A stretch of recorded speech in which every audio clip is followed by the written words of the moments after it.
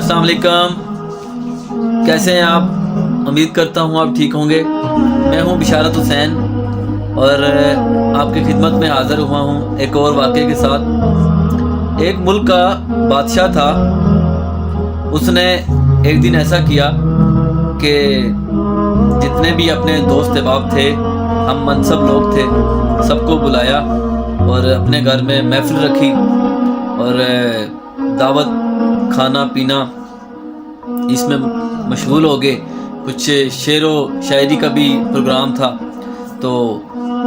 یہ پورا ایک جشن کا سما اس نے باندھ دیا۔ اچھا، وہ جو ہی فری ہوئے اور محل کے باہر تکیے شکیے بچھا کے بیٹھ گئے اور ادھر آپس میں کہکے لگائے رہے، باتیں ہو رہی ہیں۔ تو بادشاہ بڑے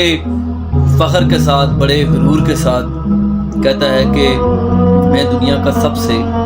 خوش نصیب شخص ہوں، نہ مجھے کوئی پوچھنے والا ہے، نہ میں کسی کو جواب دہ ہوں، نہ مجھ سے کوئی سوال کر سکتا ہے، اور نہ مجھے کسی چیز کی کمی ہے، نہ مجھے دولت کی کمی ہے، نہ صحت کی کمی ہے۔ میں دنیا میں سب سے زیادہ یعنی کہ اس ٹائم اپنے آپ کو خوش نصیب سمجھتا ہوں۔ اچھا، اتفاق سے باہر سے نا ایک فقیر کا گداگر جو بیکاری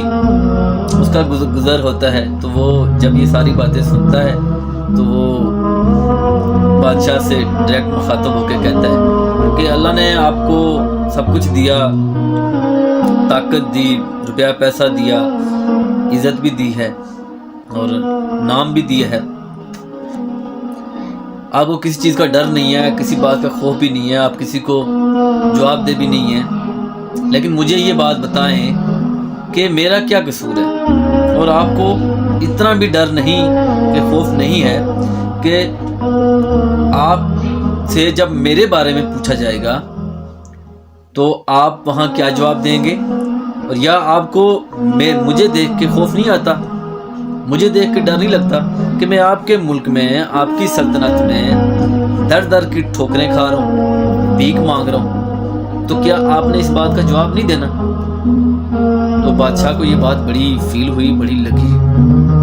وہ ایک دم سے اپنے اللہ کی طرف متوجہ ہوا اور اس کے دل میں ڈر پیدا ہوا۔ اس نے گداگر کو بلایا اور بلا کے اس نے کہا کہ آپ اپنا دامن پھیلائیں بابا، تو میں کچھ اشرفیاں، کچھ کھانے پینے کی اشیاء جو بھی ہے سامان آپ کو دینا چاہ رہا ہوں۔ تو اس نے کہا بھی میرے پاس تو دامن بھی نہیں ہے، دامن کا مطلب کہ قمیض، تو میرے پاس تو کپڑا بھی نہیں ہے۔ تو اس نے پھر اندر سے کچھ بتایا جاتا ہے کہ اچھے اور مہنگے قسم کے جو نا کپڑے بھی دیے اس کو۔ خیر، وہ فقیر نے سب کچھ لیا اور گھر چلا گیا۔ اب کچھ عرصہ گزرنے کے بعد وہی فقیر دوبارہ بادشاہ کے دروازے پہ آیا اور آ کے اس نے باہر سے صدا لگائی، آواز دی۔ تو بادشاہ نے جب دیکھا باہر تو اس نے کہا یار یہ کیا طریقہ ہے؟ یہ بندہ ابھی کچھ عرصہ پہلے گیا ہے اور اس کو جتنا مال میں نے دیا، جتنی اشرفیاں دی، میرے خیال میں اس کے لیے ٹائم تو بڑا تھوڑا ہے، یہ تو بڑے تھوڑے وقت میں آ گیا، یہ کیا بات ہوئی؟ اتنا فضول خرچ آدمی ہے یار۔ تو یہ فضول خرچی تو اللہ کو بھی جو نا پسند نہیں ہے، تو یہ اس نے کس طرح کی حرکت کی؟ ابھی میں نے کل بھیجا اور اب کیا آ گیا ادھر؟ خیر، اس کو بڑا غصہ آیا، بڑا اس نے جلال میں آیا بادشاہ۔ تو بادشاہ کا ایک وزیر تھا، وہ بڑا اللہ لوگ قسم کا بندہ تھا، تو وہ یہ ساری بات سن رہا تھا۔ اس نے کہا جی بادشاہ سلامت، بات یہ ہے کہ آپ جو بات کہہ رہے ہیں وہ ٹھیک کہہ رہے ہیں، وہ فضول خرچ ہے، اور ہم نے بھی تھوڑی جلد بازی کی، جب اس کو دے رہے تھے ہم مال تو ہم اس کا اپنے حساب سے ہی مال دیتے، ہم نے بھی جلد بازی کی، ہم نے کافی سامان دیا۔ خیر، آپ بادشاہ ہیں، آپ نے تو بادشاہوں والی سوچ رکھی۔ اور دوسرا یہ ہے کہ اب وہ آ گیا ہے آپ کے دروازے پہ، تو یہاں سے خالی لوٹ جائے تو یہ بات بھی کوئی مناسب نہیں ہے، ایک تو آپ کے وقار کے خلاف ہے، تو دوسرا یہ ہے کہ وہ آپ بادشاہ ہیں تو وہ مانگنے والا ہے، تو اس طرح نہ کریں، چلیں کچھ نہ کچھ ہیلپ کر دیتے۔ خیر، انہوں نے اس کی ہیلپ کر دی اور وہ چلا گیا، تو وہاں سے وقتی وہ چلا گیا، یہ جو حقائق تھی، اس حقائق سے ہمیں ایک تو یہ جو نا سبق ملتا ہے کہ جتنے بھی صاحب اقتدار لوگ ہیں یا پیسے والے لوگ ہیں، ان کے جو زیر دست لوگ ہوتے ہیں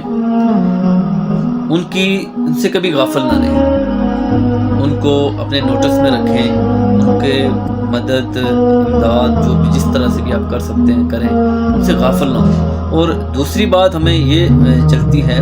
پتہ کہ آپ کسی بھی کبھی ہیلپ کر رہے ہیں، چاہے وہ مالی کر رہے ہیں یا کسی کو راشن دے رہے ہیں، تو آپ اس کو اس کی اتنی دیں جتنی اس کی ضرورت ہے۔ مثال کے طور پہ اگر اس کو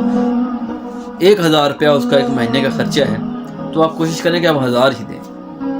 زیادہ دیں گے تو ہو سکتا ہے کہ وہ کسی اچھے کام میں لگا دے،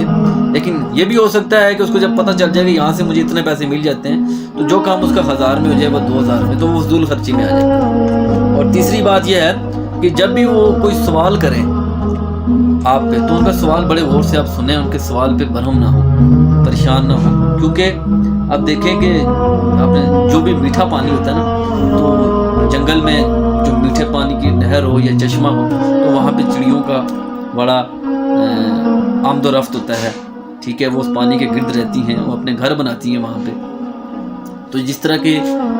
پیسے والے لوگ ہوتے ہیں، امیر لوگ ہوتے ہیں، تو ان کے گھر کے باہر لوگ آتے ہیں مانگنے والے اور لے کے جاتے ہیں، اور کوئی جلدی آتا ہے، کوئی بعد آتا ہے، پھر آتا ہے، ان کو ایک امید ہوتی ہے، تو وہ ایک میٹھے پانی کے چشمے کی طرح ہوتے ہیں، تو ان کی بات پہ برہم نہ ہوا کریں۔ اور چوتھی بات یہ ہے کہ ان کا کوئی بھی سوال ہو، کوئی بھی وہ اس طرح کی بات کریں تو اس کو بڑے غور سے سنیں، ٹھیک ہے، اس کو بالکل اس طرح کہتے ہیں کہ غور نہ دینا، اس کو بالکل اگنور کرنا، یہ بات ٹھیک نہیں ہے، غور سے سنیں۔ ایسے لوگوں کی آپ مدد کیا کریں، اور انسانیت ہی ہے جو جس کی وجہ سے ہم دنیا میں ہیں، اور ایک اچھی انسانیت کی وجہ سے ہم دنیا میں پہچانے جاتے ہیں، اور آخرت میں بھی ہمارا اگر مقام اچھا چاہتے ہیں تو حقوق اللہ تو اللہ تعالیٰ بخش دیں گے، حقوق جو بعد ہیں اس کے بارے میں بڑا سوال جواب ہے، اور یقین مانیں جو حقوق البعد سے نکل گیا نا تو سمجھ لیں جنت اس نے اپنے حصے میں کر لی ہے۔ اگلی ویڈیو کے ساتھ ملاقات ہوتی ہے، جب تک خدا حافظ۔